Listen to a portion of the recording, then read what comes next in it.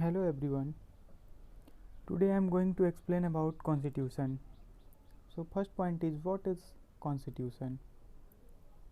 Constitution is the set of rules according to which country is governed. It means constitution जो होता है वो rules and regulation का एक सेट होता है। रूल्स एंड रेगुलेशन की एक किताब होती है जिसके थ्रू एक कंट्री को गवर्न किया जाता है, चलाया जाता है। Now come to Constitution of India. The Constitution of India is the supreme law of India. It means जो भारत का संविधान है वो भारत का सबसे प्रमुख लॉ, सबसे सुप्रीम लॉ होता है। We adopted our constitution on 26 January 1950 and call it our Republic Day.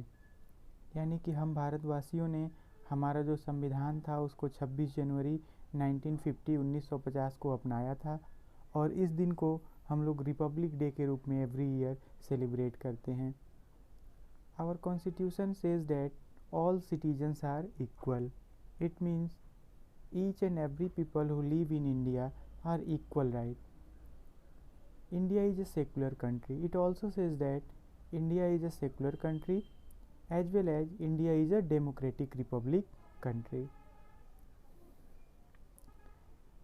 The two basic elements of our constitution are fundamental rights and fundamental duties. Here is the fundamental rights of Indian people. Right to equality. It means each and every people who live in this country are equal.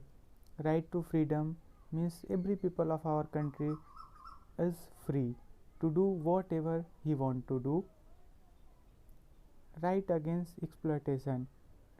It means अगर आपका कोई भी right violate होता है तो आपको court के द्वारा, हमारे संविधान के द्वारा उसके अगेंस्ट प्रोटेक्शन प्रोवाइड की जाती है। Right to freedom of religion. It means every people is free to follow the religion he like. Cultural and educational right. It means India के लोगों को ये पूरी तरह से फ्रीडम है कि whatever culture he want to follow, what he can follow और she can follow. Now come to fundamental duties of Indian citizens. First point is respect the national flag and the national anthem.